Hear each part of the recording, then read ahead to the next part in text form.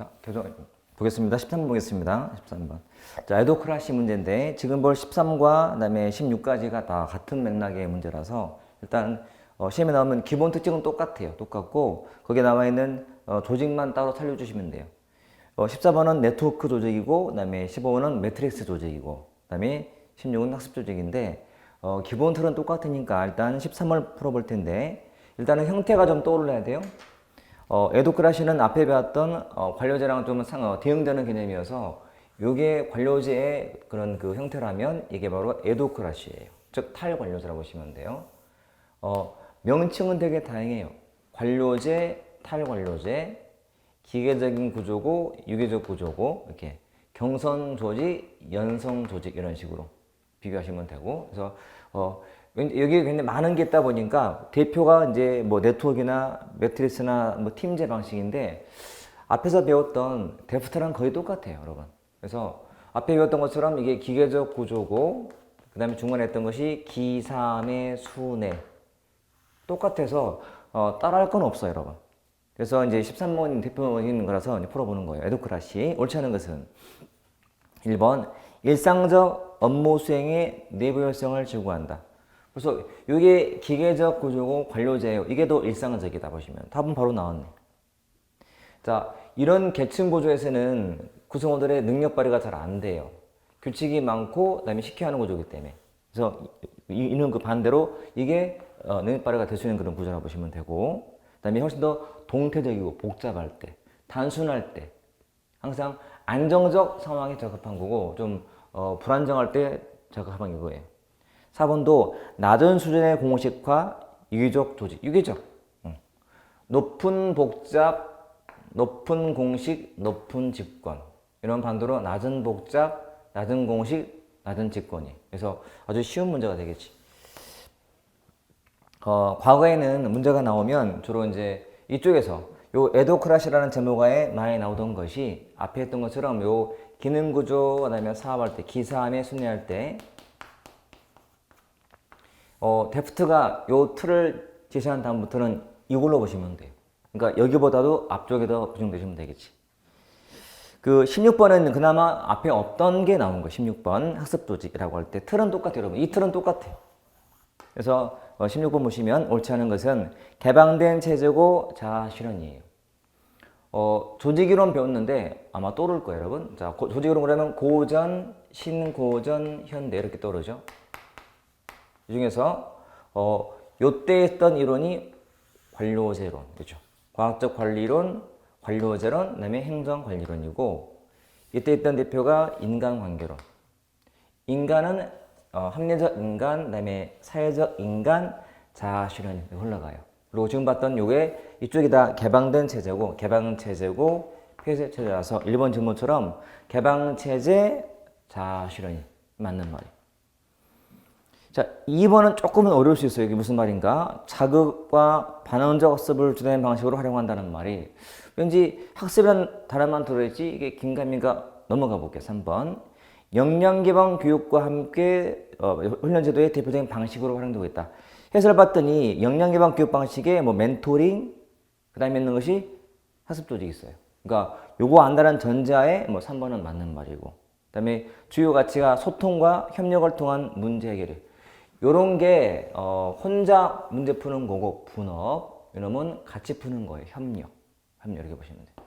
그래서 다 맞아요. 그래서 1, 3, 4가 맞아서 2가 남게 돼요. 그래서 이거는 어려운 문제, 쉬운 문제가 아니고. 왜냐하면 2번 문제 같은 경우는 고전적 초창기 때 있었던 그 학습 이론, 동기 때 나오는 그 이론을 묻는 거라서 평상시에 이 문제랑 관계가 없는 게 들어간 거라서 찾기가 힘들어져요. 문제가 앞에 얘기했듯이 비교하는 게 있으면 요거 설명할 때 얘가 들어가면 바로 답을 잡을 수가 있지만 관계없는 게 들어가 버리면 이게 긴가민가해져요. 이런 문제이기 때문에 좀 어렵다 보시면 돼. 자, 17번부터는 이제 정부 조직의 형태 관련된 문제들인데 가장 단순한 문제도 총리 직속기구가 아니고 이건 단순한 거라서 익히시면 돼. 방통위가 대표적인 대통령 직속기구니까 넘겨서. 자, 13번도 정보 부처 현황이죠, 여러분. 자, 머릿속에 좀 그려질 것이 좌우에 대통령, 그다음에 밑에 국무총리, 그다음에 각 처라든지, 그다음에 위원회가 이렇게 있을 거고, 각 부가 나오죠. 자, 기재부부터 교육부, 뭐 과학기부에서 맨 끝에 중기부까지. 각 부에는 청이 있을 거예요. 청. 이렇게. 이 현황인데 지금. 그래서 소속기관 찾는 거. 법제처는 뭐 총리 밑에 있어요. 그다음에 국정원 대통령 밑에 있어. 국정원, 감사원, 국정원, 뭐 방통위가 여기 있는 거니까. 소방청은 행안부 장관 밑에 있고, 특허청은 어디 있어요? 여러분 기재부 밑에 있는 청이 국세청, 관세청, 통계청, 조달청이지, 특허청은 딴 데 있죠. 산통부 밑에 있기 때문에 답은 바로 나와야 돼. 이거 그냥 기본 문제예요. 시험에 나오지만 늘 기본 문제로 보시면 돼. 자, 24번은 오히려 이런 게 더 어려워요. 보면 어려운 거 찾는 거예요. 감사원이 정부 조직법에서 근거한 기관인지가. 여러분 감사원은 이거는 이제 앞에랑도 연관 있어야 돼. 앞뒤 다. 감사원은 헌법기관이에요. 그러니까 정부 조직법이 있는 게 아니고 이런 헌법에 규정된 기관이라서 1번은 틀린 거예요.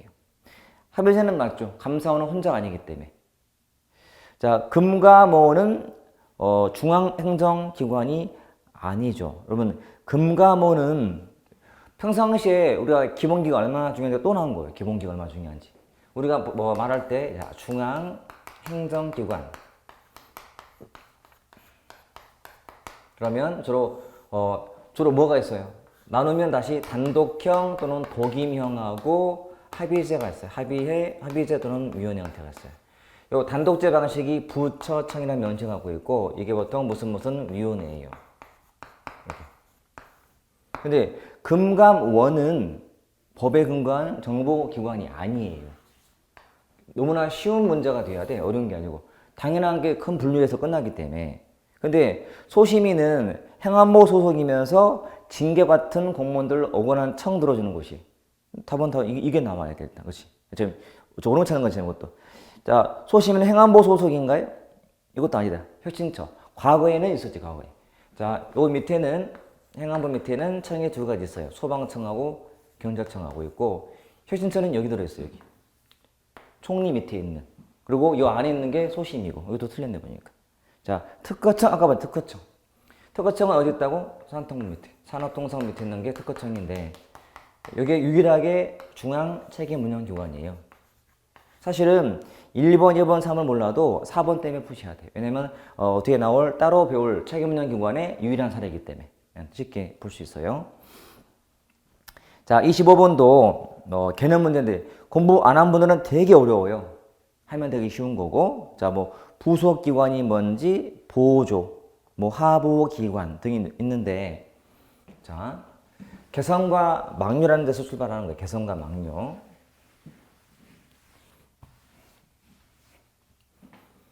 자, 부서의 맨 위 사람을 우리는 장관이라고 불러요. 장관.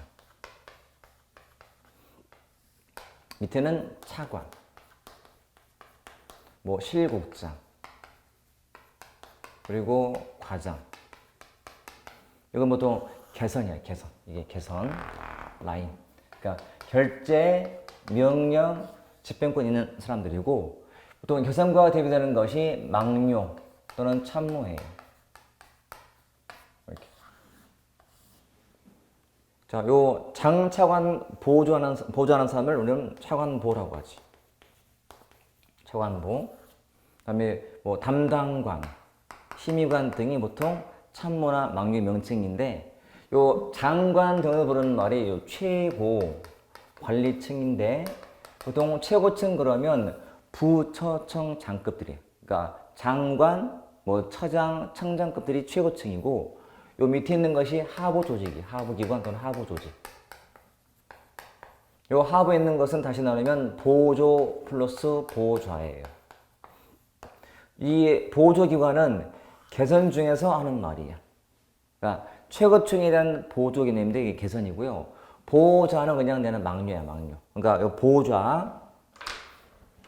보좌, 막류, 참모가 다 보좌랑 같은 말로 보시면 돼요. 그래서 내용 보시면 이제, 자, 부속된 기관은 행정권의 직접 행사를 임무로 하는 기관에 소속돼서 그 기관을 지원하는 행정기관을 부르는 말인데, 부속되었다. 어디 부속된 기관인데 맞게 보이는 것 같은데 넘어가 볼게요. 일단 이 보조기관은 자 일단 보조는 뒤에 행정기관의 기능을 원활하게 수행토록 하기 위해서 그 기관장을 보좌한다. 보좌하는 것은 보좌기관이지 보조가 아니라서 틀린 거예요. 그리고 3은 자 하부기관이란 중앙행정기관 소속기관으로서 특별지방행정기관과 부속기관을 말한다. 자 여러분 하부기관은 뭐로 됐다? 하부는 보조와 보좌예요. 그리고 거기는 특별지방행정기관과 부속기관은 소속기관이야. 소속기관. 명칭이 달랐어요. 틀렸어요. 4번 위쪽에 방통위, 공정거래위원회 등은 당연히 위원회가 붙어있지. 위원회. 합의제인데 맨 뒤에 보시면 행정기관이 아니다. 행정기관이다. 좀 전에 봤잖아요. 자, 중앙행정기관은 크게는 단독형, 그다음에 합의형이 있다는 거예요. 요 합의형이 무슨 위원회예요. 그러니까 형태는 합의형인 중앙행정기관인 거지. 아닌 게 아니고. 제가 이 문제가 작년 문제인데 제가 이 점부터 계속 요거 설명드리면서 꼭 개념을 구분하자. 최고 밑에 하부가 있다. 하부 구성이 보조, 보좌다. 그래서 보조는 개선인 최고인 장관에 대한 보조 개념이라면 보좌는 그냥 막령랑 똑같다. 두 개를 더한 게 하부다. 라고 정말 강조 많이 했던 내용이 나온 것이고. 그래서 좀 개념을 좀 잘 잡아두시고 마찬가지 요 그림도 좀 떠올리면서 자매를 위해서라도 꼭 정리해 두셔야 돼요. 여기는 자 26번은 위원회 장점 쉬워 할 거 없어요. 위원회는 합의제랑 반대야. 그러니까 단독제는 혼자 하는 결정이고요. 위원회는 같이 하는 결정이야. 위원들이 모여 있잖아요. 그래서 혼자에 비해서 같이 할 때 뭐가 좋은가 이거예요. 뭐가 좋은가 장단점 할 때 그거 보시면 되니까 한번 풀어보시면 되겠고 27번은 요즘에 나오는 문제의 흐름이 뭐냐면 여러 형태가 있어요. 위원회가 뭐 의결위원회, 행정위원회, 뭐 자문위원회 또는 조정위원회 같은 거. 그래서 그 중에서 이제 특징이 있다는 것은 뭐냐? 의결위원회가 핵심 의결위원회가. 자, 의결위원회는 의결에 대한 구속력이 있어요. 직접은 집행하지 못해. 이게 포인트야. 그래서 1번처럼 구속력은 있지만 집행권이 없다. 이게 포인트고 답인 거예요. 자문위는 자문만 해줘요. 요 자문위원회에 자문을 받은 사람은 여도로 해야 할 필요가 없어요. 즉 구속력이 없어요. 그냥 자문을 들을 뿐이지. 참고할 뿐이야. 참고할 뿐. 근데 요 조정위원회 같은 경우는 구속력이 있는 경우도 있고 없는 경우도 있어요. 세모. 이러면 없는 거라면. 근데 행정위원회는 구속력이 있어요. 이게 일반적인 위원회의 분류 방식인데 최근에 나온 것이 요 의결위원회예요. 여러분 구속력은 있다. 하지만 집행권은 없는. 하지만 얘는 집행력도 있는 이런 방식이에요. 그러니까 직접 의결하고 집행을 직접 하는 거예요. 그대로 해야 되는 것이고. 그래서 일단 그 정도 구분하자. 핵심은 의결위원회. 구속력은 있다. 하지만 집행력은 없다. 이렇게 보시면 돼요. 자, 28번도 이제 굉장히 어려운 형태인데요. 사례가 제일 어려워요. 사례가. 그래서 유형과 정보 조직 바르게 연결한 것은 그랬고 대표가 사실 3 때문에 답안 맞출 수 있어요. 소통심사위원회가 대표적인 행정위원회예요. 그 말은 구속력도 있고 집행력도 있고 그런 방식. 이게 소통심사위원회예요. 자, 공정거래위원회도 마찬가지 행정위원회예요. 경제관계 장관회의는 조정위원회예요. 그러니까 경제 관련된 장관들이 모여서 이제 합의를 하겠지. 그러면 그 사안은 참고할 정도예요. 이건 구속력이 없는 케이스로 보시면 되고 중앙선관위는 독립규제 담당인데 독립규제위는 참고로 행정위원회에 속해 있다 보시면 돼요. 이렇게 그려놓으시면 이게 행정위원회고 여기에 독립규제위가 있어요. 이렇게. 이 관계로 보시면 돼요. 그러니까 중앙선관위도 뭔가를 규제를 하는데 그게는 구속력이 있는 따라서 행정위원회 일종이라고 보시면 돼요. 이렇게. 자, 29부터 31은 이제 개선과 막료 문제예요. 그래서 항상 기본 틀 요거예요. 요 보좌 기관들은 또 막료들은 개선을 도와주는 사람이에요.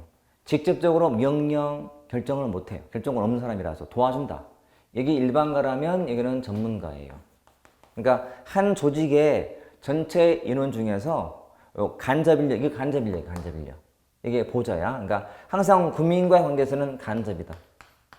개선이 직접 접촉, 직접 책임. 막료 항상 간접 접촉, 간접 책임 개념이 막료고 참모예요. 참모. 자, 그래서 29번은 굉장히 오래된 문제이기도 하지만 기본이 있어서 폰디가 한 말인데 직접 인력 대비 간접 인력의 비율이에요. 그 간접 인력이 막료로 보시면 돼요. 참모, 막료. 참모가 클수록 또 비관리직의 비율이 작을수록 농도는 높다. 용어를 잘 보셔야 돼요, 여러분. 농도가 높다 낮다. 농도의 공식이 뭐냐? 자, 행정 농도 또는 조직 농도란 전체 인력분의 요 간접 인력의 비율인데 요 간접 인력을 갖다가 유지 인력으로 보는 경우도 있고 유지 인력 또는 참모로 보는 경우도 있어요. 그래서 참모가 많은 만큼 농도는 높아지는 거예요. 유지 인력이 많을수록 높아지는 거예요. 그래서 맞는 말이고 농도가 높다는 것은 민주화가 높다. 자, 개선이 계층 조직이고요. 계층, 이놈은 수평 조직이에요. 수평화된 조직이 더 민주화됐다 보시면 돼. 후진국은 농도가 좀 낮아요. 그러니까 선진국일수록 정무가가 많다 보시면 돼. 근데 농도라는 게 특정이 불가능하다? 아니에요. 활용 안 되고 있다? 활용되고 있어요. 그러니까 전체 인력 대비 요 간접인력 찾으면 돼. 특정 가능하다. 이용되고 있다 이렇게 보시면 되기 때문에 뭐 답은 5번 가면 되고. 자, 나머지는 딱 본인 지금 그 시행처가 경찰 간부나 경정 승진, 즉 경찰 쪽이에요. 경찰은 개선 쪽이 명령 복종이 되게 강하잖아요. 그러다 보니까 이쪽이 좀 의미가 커서 그냥 나온 거예요. 별건 없으니까 가볍게 보시면 돼요. 자, 32번부터는 이제 또 법률 문제라서요. 법률은 참 단순한 거라서 방법이 없어요. 익혀야지. 예. 그래서 법률은 나왔던 문제만 풀어보셔도 얼마나 다 커버가 돼요. 자, 32도 법 앞에 나와 있는 요 기본 범위 또는 정의할 때 쓰는 조건 중에서 직원이 50명 이상이 돼야 지정되는 그 내용이 나온 거예요. 그래서 뭐 단순하게 풀면 되겠고, 그리고 이제 항상 법률은 볼 때 1조라는 거는 그 법의 목적이 증명되어 있고요. 그 목적은 자주 물어봐요. 그리고 그 법의 정의라든지 아니면 범위 같은 거를 물어봐요. 그 32가 그런 문제예요. 그 법에 있는 목적을 증명해 놨고, 그리고 그 법에 나와 있는 정의, 범위를 해놨기 때문에 그냥 무난한 문제고. 자, 33번은 요즘에 많이 나오는 문제 패턴이 사례들. 자, 일단은 머릿속에다가 공공기관이라는 종류가 떠오르게 좀 해두셔야 돼. 자, 공공기관은 뭐뭐로 구분이 된다? 자, 공기업하고 그리고 준정부기관하고 그리고 기타. 요 분류가 되고, 다시 요놈은 나누면 자, 시장형하고 시장형 공기업, 요 준시장형 공기업 이렇게 나눠. 그러면 다시 기금관리형하고 위탁집행하고 구분돼. 이렇게. 자, 기본. 여기에 뭐가 있고 뭐가 있는지를 반드시 잘 알아두셔야 돼요. 이거는 뭐 이유가 없어요. 이렇게 놓으시고 넘겨보시면 34번도 뭐 그런 식의 문제고, 그 다음에 35도 내나 그런 문제인데, 그 35의 내용이 2019년 1월 30일 날 개정된 교육을 다 제가 반영한 거라서 그 박스 정말 중요한 박스예요. 잘 보고 가셔야 돼요. 그 해마다 이게 좀 변화가 생겨서 1월 말, 매해 1월 말에 공공기관의 지정이 다시 발표가 돼요. 그러니까 뭐 준시장에 있다가 올라오는 경우도 있고, 없는 게 새로 생기기도 하고, 또는 여기 있다가 올라가기도 변화가 생겨요. 변화가. 이런 게 시험에서 이제 반영이 되는 거예요. 그래서 이거는 익히셔야 돼요. 그러니까 무조건 보고 암기하자. 암기. 근데 암기 전에 기본 틀이 있다. 시장형 같은 경우는 주로 분야가 에너지, 그러니까 뭐 전기, 가스, 에너지하고 그리고 항만이라든지 공항이에요. 이게 보통 시장형이에요. 이거는 자체 수입이 높은 그런 기업이에요. 그리고 준시장 같은 경우는 여러분 우리가 알고는 보통 공사야. 도로공사, 마사회, 수공 같은 게 보통 준시장을 보시면 안 돼요. 이렇게. 기금은 주로 이제 연금 공단 같은 기금 펀드 관리하는 것이고 위탁 지평은 주로 이제 재단 같은 거 말할 때 쓰는 말이어서 큰 그림 그려놓고 나머지는 암기하셔야 돼. 그 34번 문제 있잖아요. 자, 2018년도 국가 7급하고 앞에 나왔던 32번에 했던 그 법률도 법 맨 앞에 이제 나와요. 제가 항상 법률 강의할 때 앞에 있는 목적, 법의 목적, 그다음에 그 법의 적용 범위 제가 굉장히 많이 강조를 해요. 나온 거야 그냥 이게. 제가 오히려 더 전에부터 강조했기 때문에 이게 무시하고 넘어갔으면 아마 못 볼 수 있어요. 근데 거기는 그 법적 그 해설처럼 공공기관으로 지정할 수 없는 게 또 명시가 돼 있어요. 그게 시험에 나온 거지. 그래서 그 해설에 34번 해설에 나와 있는 그 4조 3호에 봤더니 한국방송공사와 한국교육방송공사 즉 KBS하고 EBS는 이게 포함이 안 돼. 지정이 안 되게 돼 있어요. 이것도 시험에 또 나온 거였어요. 밑에 35 봤더니 1번에 나오지. 한국방송공사라는 말이. 이거는 지정이 아예 안 돼 있거든. 해당되는 사례가 아예 아닌 거예요. 그래서 답이 어떻게 해야 돼. 그리고 이제 이게 1년 전 나왔던 거고 그 다음에 있는 게 1년 후 나온 거예요. 그러면 공부했던 사람이라면 그냥 답만 보지 말고 한 번쯤은 법을 봐봐야지. 봐봐서 아, 있구나 없구나 확인하면 뭐 되는 쉬운 문제였다. 자, 36과 7은 체계 운영 기관 문제. 체계 운영. 이것도 100% 법률 문제인데 자, 옳지 않은 것은 핵심은 자, 체계 운영 기관의 직원들은 공무원이에요. 공무원.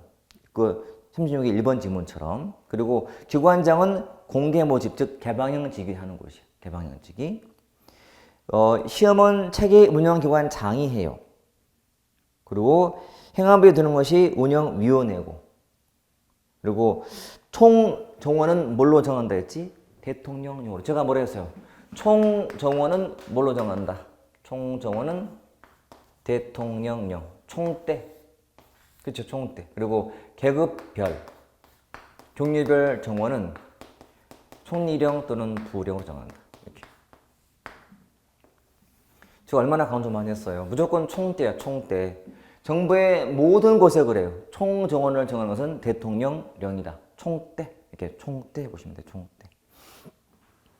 됐죠? 자, 밑에 37번 문제도 옳지 않은 것은 그랬고 행안부가 담당 부서예요. 5년마다 중기 계획을 짜요.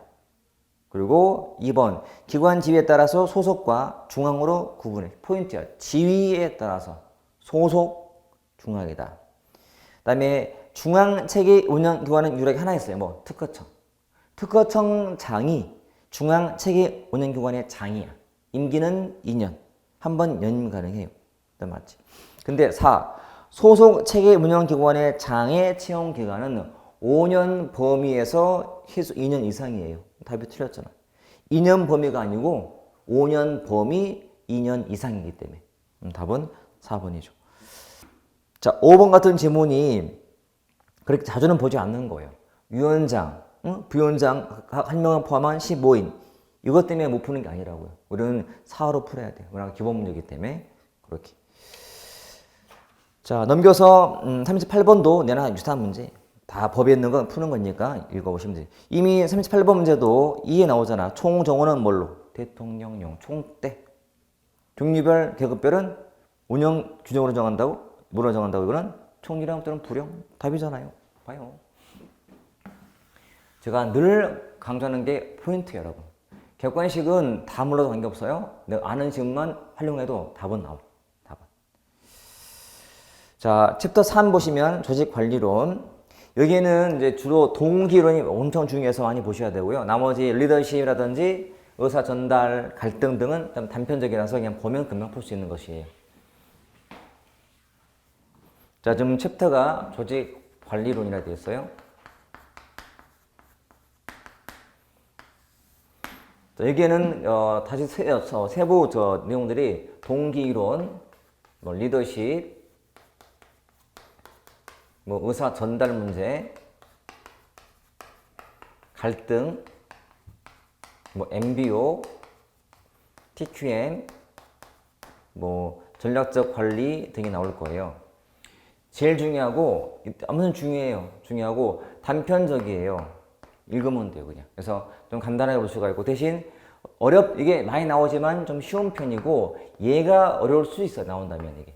많이 봐두셔야 돼요. 자, 1번은 동기론의 가장 기본인 분류 문제예요. 분류. 크게는 항상 나올 때마다 이렇게 내용 이론과 그리고 요 과정 이론은 구분하는 거예요. 내용과 과정. 구분해서 여기에 뭐가 있고 뭐가 있는가. 그래서 문제도 뭐냐? 과정 이론이 아닌 거예요. 과정 이론 찾는 거예요. 기대밖에 없잖아요. 요 과정의 대표 이론이 기대이기 때문에. 이렇게. 자, 이번에 이제 응용 문제. 여러분, 2번 문제 하고요. 넘겨보시면. 자, 뭐 3번 같은 거, 그 다음에 6번 같은 거. 요즘에 약간의 사례식 문제가 나오는 편이에요. 단편 쉽게 나오다가 조금 패턴을 바꿔서 묻는 건데, 대표적인 이론이, 내용 이론에 나와 있는, 허즈버그예요, 허즈버그하고, 그 외에 요 맥그리거가, 요게 사례형 단골 문제예요. 요, XY 할 때, XY 일생 동기, 구분할 때, 묻는 거. 자, 2번은 보시면 직원 A하고 B의 동기가 좀 다르다는 거예요. 밑에 봤더니, 자, A는 뭐 사례가 지금 인사평가 결과를 잘 받아서 기분이 좋대요. 항목에 잘 맞춰야 평가를 잘 받을 수 있는 거래요. B는 뭐 다행이다. 그런데 나는 결과보다도 일할 때 발전한다는 게 좋다. 좀 동기가 달라요. 그 문제의 끝에 괄호 보시면 단 두 가지 동기는 상충한다고 전제해놨어요. A는 좀 이렇게 자기 자신보다도 다른데 보여주기 위한, 그러니까 내면적인 것보다도 외면적인 측면을 강조하는 게 A고, B는 자기의 내면적인 발전을 중시하는 사람이에요. 사람이 다르면 관련한 전략을 달리해야 되거든. 그래서 기호처럼 성과급은 돈 좋아하는 사람이야. 벌써 사례가 뭐냐면 맥그리거의 XY를 전제하고 있는 거예요. X라는 사람들의 동기가 좀 하위 욕구라서 잘하면 상 주고 못하면 벌 주는 식의 관리가 잘 먹히는 거고, Y는 사람이 이렇게 돈으로 움직이지 않아요. 자기 발전을 원하는 사람이기 때문에. 그래서 기억이라든지 또 태만에 대해서는 처벌, 신상필벌이거든. 그러니까 기억은 상이고 이거는 벌이에요. 그리고 실적과 성진과의 연계, 또 X는 증가해. 하지만 흥미도를 반영한 직무 충실은, 여러분 직무 충실은 앞에 해봤지만 내가 지금 하는 것보다도 더 높은 책임성 있는 직무를 주는 거예요. 자기 발전 차원에서. 그래서 기억니은 디귿인 3이 답이 될 수 있는. 이런 식의 문제는 아주 흔한 문제가 아니에요, 여러분. 그러니까 문제 만드는 분이 굉장히 고민을 많이 해서 만드는 좋은 문제이기 때문에 이런 것을 좀 시간 들여서라도 좀 생각해서 풀어보셔야 돼요. 제가 문제 푸는 것보다도 먼저 풀어놓으셔야 돼요. 먼저 풀어놓고 저랑같이 그래서 이게 답이고 아니고 확인하자 했죠. 그리고 흔한 문제 패턴 말고 약간 특이한 패턴 문제가 나올 때 더 진지하게 푸셔야 돼요. 이런 걸 저희들이 강연한 분들이 이렇게 막 만들어서 하기에는 정말 시간상 못하기 때문에 나왔던 이런 문제들은 출제하는 사람이 고민해서 출제해서 제출하고 또 검토자가 더 보완해서 하기 때문에 정말 한 문제를 보더라도 몇 시간 공들인 문제란 말이에요. 이런 문제는 흔치 않아. 그래서 더 공들여 풀어보자고 말씀이죠. 자, 3은 맥그리거예요. 계속 나오죠. 맥그리거 XY. X는 사람들의 욕구를 하위로 보고 잘하면 상, 못하면 벌 주는 방식이에요. 봤더니 뭐 보호상, 일본의 보호상, 권위적 리더, 상부 책임, 계층 구조예요. 근데 3은 뭐냐면 목표에 의한 관리, 밑줄. 이게 뭐예요? MBO예요. MBO. 여러분, MBO라는 거는 핵심이 참여예요. 참여식 관리. 요 Y라는 게 그런 관리 방식이에요. MBO의 특징 자체가 그 말 나오잖아요. 이게 맥그리거의 이런 Y론적 인간의 바탕을 둔다라고. 답은 3번. 이건 복합적이에요. 그러니까 이거를 알아야만 풀 수 있는 그런 문제. 자, 매슬로우. 요 동기론의 내용의 대표 인물이 매슬로우예요. 선구자격이에요. 가장 기본은 이 사람이 말한 5가지 계층을 암기하셔야 되지. 생리, 안전, 사회, 존경, 자아, 실현 등을 이렇게 암기.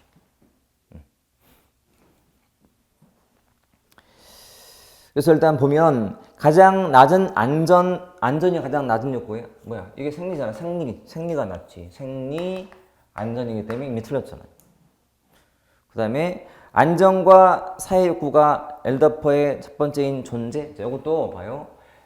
매슬로우가 바탕이 돼서 이를 보완한 사람이 엘더퍼예요. 엘더퍼. 그러면 엘더퍼는 이거를 이렇게 요 ERG 할 때요. ERG야. ERG. 이게 존재인데 생리 욕구하고 안전의 일부예요. 안전과 사회가 아니고 틀렸지. 3이 맞지. 중요한 특징이 뭐냐면 아래 욕구가 충족이 되어야 다음으로 올라가는데 그 올라간다는 것이 100% 충족이 아니에요. 적당히 되면 올라가. 적당히. 그 말이 3번 나와 있잖아요. 그래서 어느 한 단계 욕구가 완전히 충족돼야만 다음 단계로 가는 것은 아니다. 이 맞는 말이잖아요. 자, 사회적 욕구가 일을 행할 때 느끼는 자신감, 성취감일까? 이거는 자아 실현 개념이에요. 사회 욕구는 사람과의 관계 욕구야. 관계, 우정, 애정 이런 것들 말하기 때문에 뭐 관계없죠. 답은 3번이고요. 자, 4번은 7급답게 쉬운 듯 쉽지 않은. 앞으로는 요거 생리 욕구하고 안전의 일부임을 꼭 물어볼 거예요. 또 안전의 일부, 사회 욕구, 존경의 일부를 물어볼 거예요. 잘 들어요? 요 안전도 물질적인 안전, 비물질적인 안전. 존경도 타인한테 존경, 자기한테 존경이에요. 다 필요한 거예요. 알아두셔야 돼. 그러니까 문제가 쉽더라도 중요한 것은 더 보셔야 돼. 그러니까 책에 나오는 것들을 다 볼 기회가 이런 기회예요. 풀어본 다음에 책 찾아서 보는 거야. 그러니까 2번을 보면서 안전 욕구하고 사회 욕구가 아닌데 이거랑 이거네. 그러면 제 기본세는 자세히 설명이 되겠단 말이에요. 생리 욕구하고 이 안전도 물질적인 안전이라고 다 그때 공부하셔야 돼. 자, 5번 허즈버그 옳지 않은 거죠. 허즈버그는 핵심이 뭐야? 요 위생 요인하고 요 동기 요인 비교하는 거예요. 위생과 동기. 다른 말로 얘가 불만 요인이고 불만 얘는 만족이에요. 이렇게 비교하는 거예요. 불만 만족 비교. 자, 1번은 맞게 돼 있지. 불만을 해소한다 하더라도 장애적인 요건은 없다. 여러분 불만 요인을 없애주면 불만이 없어지는 거예요. 동기를 주는 게 아니고. 만족 요인을 줘야만 그게 만족이 되는 거예요. 둘은 별개로 보거든. 불만의 반대가 만족이 아니고 불만이 없는 거예요. 만족의 반대가 불만이 아니고 만족이 없는 거예요. 이렇게 보시면 돼요. 그 다음에 2번은 당연히 내용이로 있는 것이고요. 그리고 3도 서로 다르다. 근데 4번 욕구의 계층화를 시도한 점에서 매슬로우와 유사하다? 여러분 허즈버그는 계층이 없어요. 위생과 동기는 그냥 별개일 뿐이지 계층 문제가 아니거든. 이 말은 이해두고 하는 말이야. 엘더퍼도 얘랑 똑같이 계층은 인정을 하고 있다. 계층 아래에서 위로 이렇게. 그래서 틀린 거지. 그러니까 평상시에 요 동기론 풀 때마다 여러분들은 요 내용과 과정을 머릿속에 한번 그려보시고 이 안에 뭐가 있는가, 뭐 기대 결과 나머지 이렇게 풀어야만 보여. 그리고 항상 매슬로우하고 엘더퍼가 세트야, 세트. 늘 같이 나온다 보시면 돼. 비교해가지고. 그러면 이제 답은 쉽게 의심이 되지. 자, 6번 같은 경우도 일꾼이 푸는 거예요. 봤더니 뭐 성취감, 책임감이냐, 작업 조건이냐, X, Y 묻는 거거든 이게. 그래서 말하지만 요 매슬로우하고 그다음에 아까 우리 맥그리그하고 허즈버그가 정말 중요한 메이저급 문제예요. 늘 나오기 때문에. 그래서 처음부터 의심하는 게 좋아요. 이거 저거 아닌가? 그러면 답을 쉽게 볼 수 있다. 7번은 행망고 올드엠이에요. 한때 좀 쫙 났다가 지금은 잠잠해요. 가장 기본은 그 직무 특성 5가지예요. 5가지. 그게 밑에 박스에 나오죠. 그 사유도 있지만 기술의 다양성, 직무의 정체성, 직무의 중요성, 자율성, 환류 중에 뭐가 비중이 크다고? 자율성과 환류가. 그래서 답이 1번이 나와야 돼. 쉽게 말하면 환자가 중요해요. 환자. 환류, 자율성이 중요하더라. 포인트.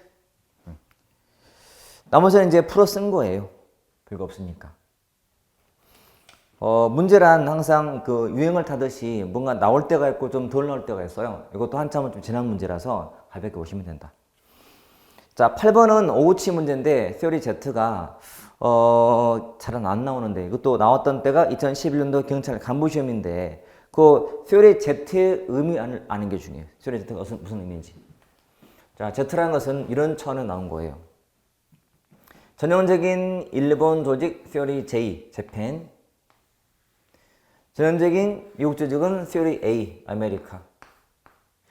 미국 내에 있는 일본식 기업이 Theory Z예요. 자, 미국 내에 있는데 일본식 관리하는 것이 이게 Theory Z다. 그럼 특징이라는 것은 자, Theory Z는 특징이 J랑 거의 비슷해요. J랑. 하나만 A랑 비슷해요. 집단 결정, 집단 책임, 개인 결정, 개인 책임인데 요놈은 집단 결정, 개인 책임. 요것만 달라요. 요것만 주의하시면 돼. 별거 없죠. 그래서 이제 요 특징도 참. 요 Theory Z라는 특징도 우리나라가 있다면, 우리나라, 코리아가 있다면 거의 비슷해요. 그러니까 이게 거의 다 같은 맥락이라고 보시면 돼. 느린 승진, 연공서열, 일반가 이런 것들. 자, 이런 취지를 알면은 그게 보육이 되겠어요, 여러분. 그러니까 이것도 무조건 특징 암기하기보다는 그 뜻을 아는 게 중요해. 왜 Z가 나왔는가? 그러니까 일본식, 미국 내에 있는 일본식 관리가 더 좋다는 거예요. 근데 분명히 미국 내에 있는 일본식 관리가 더 낫다고? 그 말은 미국과는 다른 거잖아요. 근데 그 다른다는 것이 일본식 특징이거든. 일본식. 일본식은 우리와 비슷하고. 그러면 답은 막 나오게 됐어요. 자, 9번처럼 자, 이제 복합 문제가 나왔네요. 옳은 것만 골라보시오. 자, 브룸의 이론이 기대 이론의 대표인데 브룸은 한마디로 VIE죠. 요 기대 이론 할 때 대표인물이 브룸. 자, 브룸이 강조하는 동기의 관계는 자, 동기라는 것은 방정식 VIE다. 이렇게 되어 있어요. 그게 바로 밑에 기억이지. V, I, E 딱 들어있는데 기억은 있어야겠지. 그러면 지문에서 3, 4는 탈락. 자, 니은 직무가 조직화되는 방법에 따라서 조직원의 노력 정도가 달라진다는 점에서 모든 직무를 5가지로 구분했다. 니은은 좀 주의하셔야 돼요. 왜냐면 이게 행망과 올댐인데요. 이 이론은 니용에 넣는 경우도 있고 과정에 넣는 사람도 있어요. 왔다 갔다 해. 이거는 좀 보고 푸셔야 돼요. 자, 그럼 디귿. 디귿은 무슨 이형이에요? 공정성 지각이야. 아담스. 이건 들어가야 돼. 디귿이 있어야 돼. 그러니까 기억과 디귿은 필요해. 답은 1번이지. 이렇게. 리얼은 뭐죠? 존재, 이게 엘더퍼야. 엘더퍼.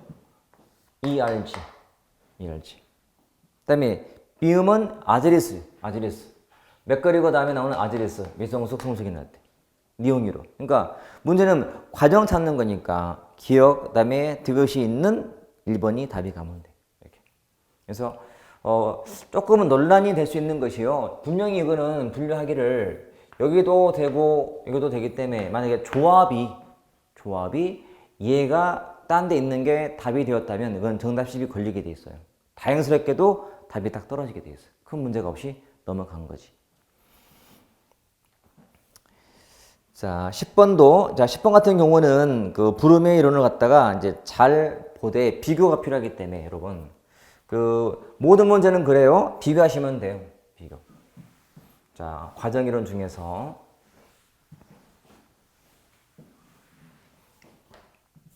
크게는 요 기대 이론 계열. 대표인 요 브룸. 있고, 그 다음에 뭐 학습 이론, 그리고 공정성 이론이 있어요. 또는 공평성 이론, 아담스가 나와. 그러면 이 비교하셔야 돼. 항상 아담스라는 사람은 내가 투입하는 거하고 내가 받은 보상하고 나와, 그 다음에 준거인, 비교인물이 투입한 노력과 받은 보상과의 비교를 해서 내가 덜 받거나 더 받으면은 불공정을 느껴요. 뭔가를 행동을 하게 돼. 같을 때는 공정하다고 느껴서 뭔가를 안 해. 그래서 니온 봤더니 4번에 내가 투입한 노력과 받은 보상의 비율이 다른 사람과 비교해서 공평한다? 이게 아담스지 부름이 아니잖아요. 어찌 보면 너무나 쉬운 문제인데 이거를 놓쳐버리면 다 맞게 보여요. 내용은 다 맞기 때문에 내용은 맞는 말인데 주장하는 사람이 다를 뿐이에요. 그래서 이것도 좀 주의해서 볼 필요가 있는 그런 문제. 그러니까 쉬운 건 똑같이 맞출 거예요. 어려운 문제는 틀릴 수 있지만 그 틀리는 문제도 평상시에 조금만 더 본인이 관심 있으면 풀리는 문제 같다가 또 이렇게 크게 분류가 되면 풀리는 문제인데 안 되면 어려워. 그래서 가급적 주제가 나오면 무조건 분류하세요. 뭐가 있다. 그러면 답은 쉽게 보이게 됐으니까. 자, 쉬었다 보실게요.